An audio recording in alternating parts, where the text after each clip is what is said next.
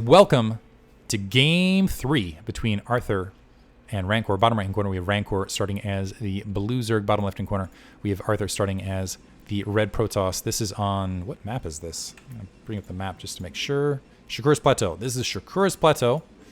Larger macro map.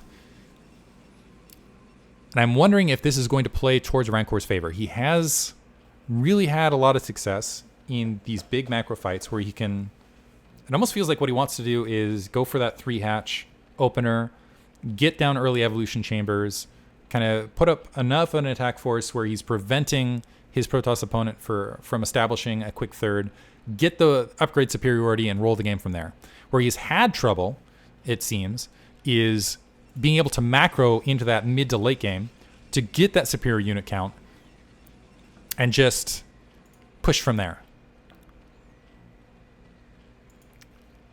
We are seeing an Overlord first build, so I assume we're going to see a 12th hatch from Rancor. Potentially. We'll see if we see the pool to follow.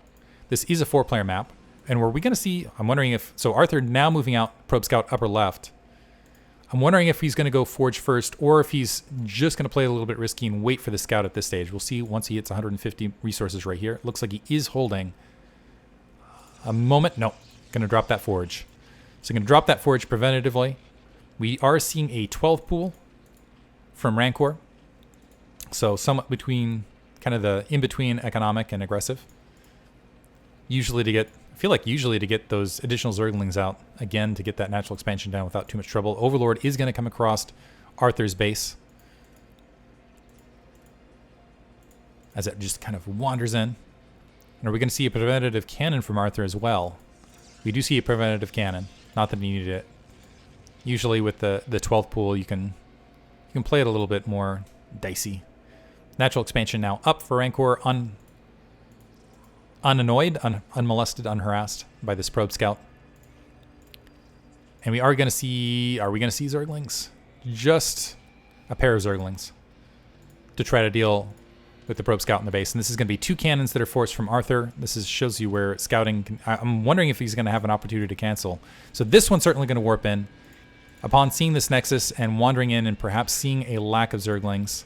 So there's 2 Zerglings. There might be 4 Zerglings. He can go ahead and cancel that second cannon.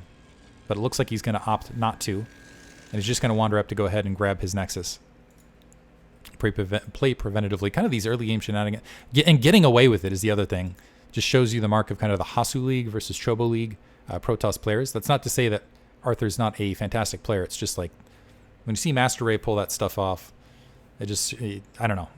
Feels like that's the art of StarCraft. 2 Zerglings camping there to go ahead and create an additional blockade. We are seeing an additional drone moving up to potentially go ahead and grab that 3rd hatchery interior to base.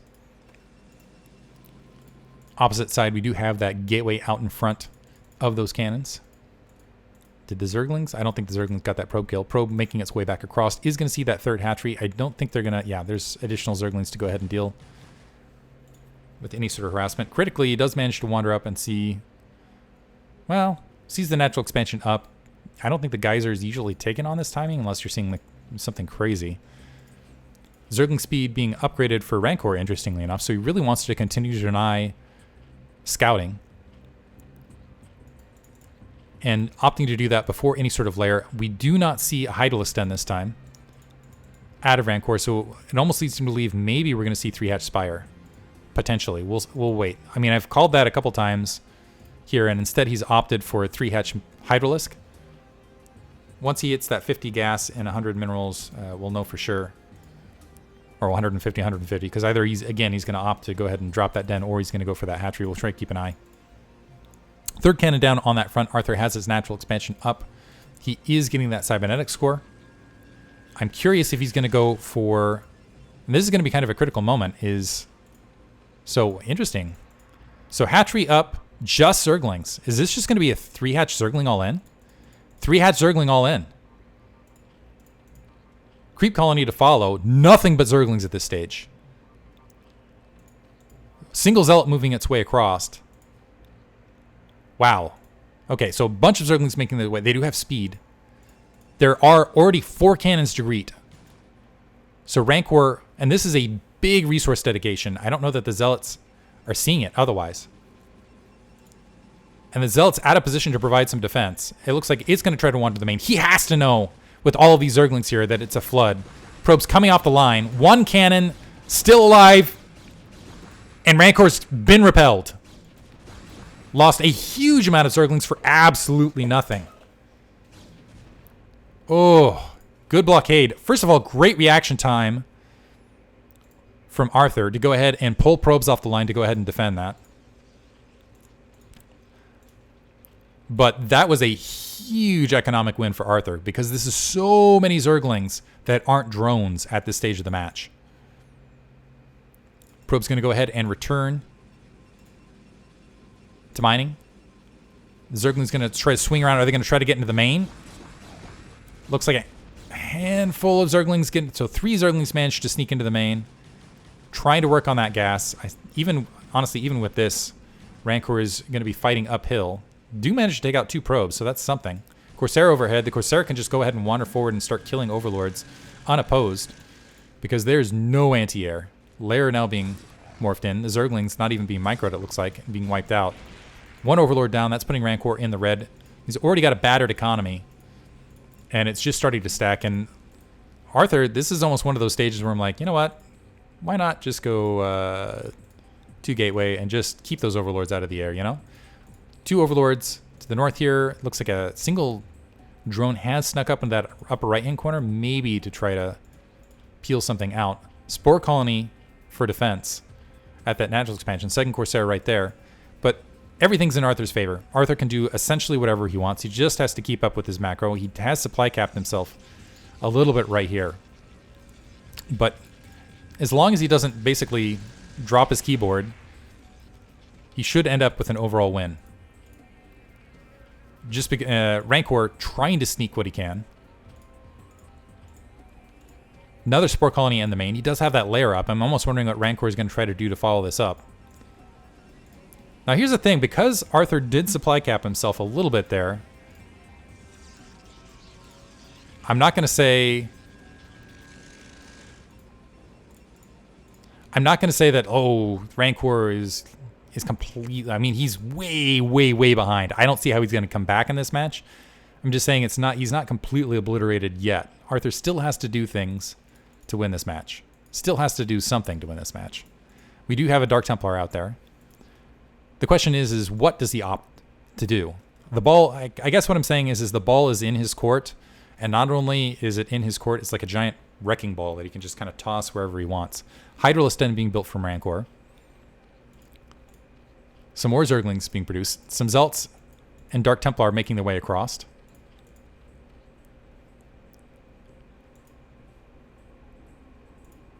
Just going to dive in. These Zerglings in this Sun Colony, I don't know if that's even going to be enough to defend against this. This is a bit of a Sim City right here. Corsair's going to catch another wave. Well, maybe catch that Overlord. It looks like it's going to get back under the protection of that Sun Colony. Additional gateways being plopped down.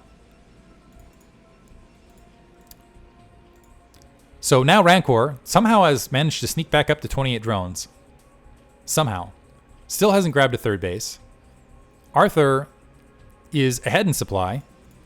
Does have those Dark Templar out there. I almost feel like he's floundering a little bit, though, and has missed an opportunity to kind of push back in this. There's a Spire up. Hydraliston with Hydra Speed. Drone was killed at that 3 o'clock base. It's going to be difficult for Rancor to go ahead and establish a 3rd. But I got to say, Arthur's follow-up to this has been lackluster. I almost feel like either he should have just plopped down either he should have gotten additional base, gotten weapons 1, additional Corsair, something along those lines. Instead, it feels like he kind of went to his standard build and just thought Rancor would give up, and Rancor has not done that. In fact, he's got a sizable Hydralisk force out here. Starstorm is just now finishing. Arthur's still in the lead overall, don't get me wrong. What I'm saying is Rancor feels like he's just kind of walking his way back into this. Level 1 weapons, upgrading on the front door for Arthur. 3 o'clock base has actually been evicted, and I don't know that Arthur can actually, with the attack force he's got and the position he's got, oddly enough, can push Rancor out of it again. Hydra's starting to move across. It looks like they want to get some sort of contain or engagement here on the front door. Some 3 Corsairs have managed to sneak out here. And now that 3 o'clock base, yeah, being established by Rancor. And Arthur doesn't have Corsairs here, doesn't have Zealots here, doesn't have a lot there to really counter it. Kind of odd play. I almost feel like Arthur's playing has followed up his play with this as though he had not gotten Zergling all in, as though he was playing against just standard Hydralisk contain as a follow-up, oddly enough. Kind of generally weird play, I have to say. Rancor sweeping in, making sure additional expansions aren't out there. He's going ahead and grabbing 2 additional hatcheries. There at the 3. Evolution Chambers working on Carapace upgrade. He's also getting Flying Carapace to, and that suggests a dedication to air to follow this up. Get his Mutalisks out to deal with the Corsair count. Additional gateways being plopped down from Arthur. Arthur still about 20 supply ahead, which is a significant lead. Usually you want to be about even as a Zerg player and be 1 base ahead. 1 Zealot is camping out there, but critically, Arthur is not taking an additional base for himself at this stage. It looks like he's going to try to wander up and do that. I don't know that Rancor can really do anything about this additional base being taken, but he really hasn't slowed down Rancor from taking his additional bases either, comparatively. And I expected that 3rd base, honestly, a lot earlier or a lot more ground forces to kind of follow this up. He is staying on top of his macro. He is hitting the 100 supply count mark here. He's starting to approach that double the supply count moment here. But Rancor is continuing to macro. Level 1 weapons is online for Arthur. I don't think he has his usual upgrade advantage. Level 1 spines is there for Rancor. And now Arthur's starting to move out and get aggressive. Now this is going to be kind of this is the moment of truth here. He has the supply lead once again. The Hydra's going to go ahead and try to group in, crash down. Zealots engaging. They're being flanked from both directions. The Zealots now trying to retreat. Are the High Templar going to get good storms? Good storm right there. Another okay storm to follow it up. Good amount of Corsairs now backing, now chasing those Hydralisks down as they're in full retreat. Some reinforcements sweeping down from underneath. Kind of a bit of a split attack force here. Might be able to get on those High Templar. Looks like they're not quite going to be able to. The Zealots being cleaned up as they're getting away from that main attack force. Psystorm catching a little bit underneath, and Rancor kind of getting the better of this engagement. Ooh, not there though. Ooh. Arthur having trouble keeping his army cohesive, but did get some fantastic Psystorms. But Rancor kind of dancing these troops in the middle of the map. And I would say this was a win for Arthur if he was already taking the space, but he's waiting a bit on taking this 3rd. And Rancor, just by dancing this army around, starting to press against this. The critical thing, though, is Rancor's not keeping up with his production as a follow-up because his economy has been kind of hurt and crippled. So right now, the supply lead is significantly in Arthur's favor. Really what he needs to do, though, is continue to press in and go ahead and take this 3 o'clock out. Corsairs are there. Does Rancor have enough to fight this back? He was able to thin out a lot of this army on the way here. Archon actually getting right on top there. Some Hydralisks able to group up, and it looks like no. Maybe not. And some Corsairs getting wiped out as they're pushing the way across. Arthur, yeah, having a lot of trouble controlling and really pressing this army. He still has double the supply. But a large portion of that is in this army that's not on the front just yet.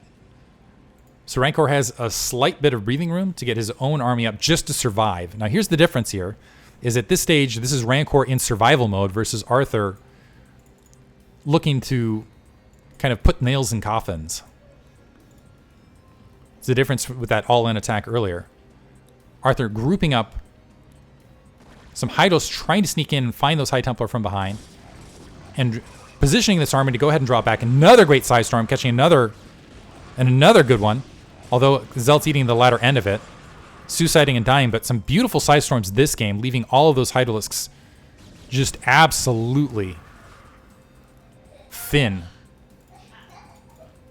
in life. Arthur, again, still in a huge commanding lead. Does have that 9 o'clock base up. Is not yet mining. And this, at this stage of things, I'm going to say that Rancor is in trouble. because Arthur has his army established. He's got Hydralisks, Rancor as Hydralisks that just are piecemeal and getting wiped out. Yeah, he's able to produce some additional units, but this is units that have not been drones, and he hasn't been able to wipe out the standing army of Arthur. Arthur's just been able to whittle these attack forces down and force Larva out effectively. Still had a huge threat, and he's been able to establish that third base. Hive Tech is up for Rancor, but this is all sorts of Zealots marching into his natural expansion. Psystorms from behind as the Hydras are coming up, and beautiful. I just got to say, the Psystorms, as lackluster as they were Game 1 and Game 2, have been beautiful in Game 3. Arthur feeling it. Starting to push in, and there's GG from Rancor. So a bit of a misguided Zergling attack. Well, not misguided. A bit of a flop of a Zergling all-in at the beginning of the game, allowing Arthur to really get a stranglehold in the follow-up, and Arthur able to close it out. And just keep macroing up, get that third base established, do the damage, finish it out. He is going to advance to the final. Or no, he just advances. We will see Rancor in the final. Hope you guys enjoyed it. Thanks for listening.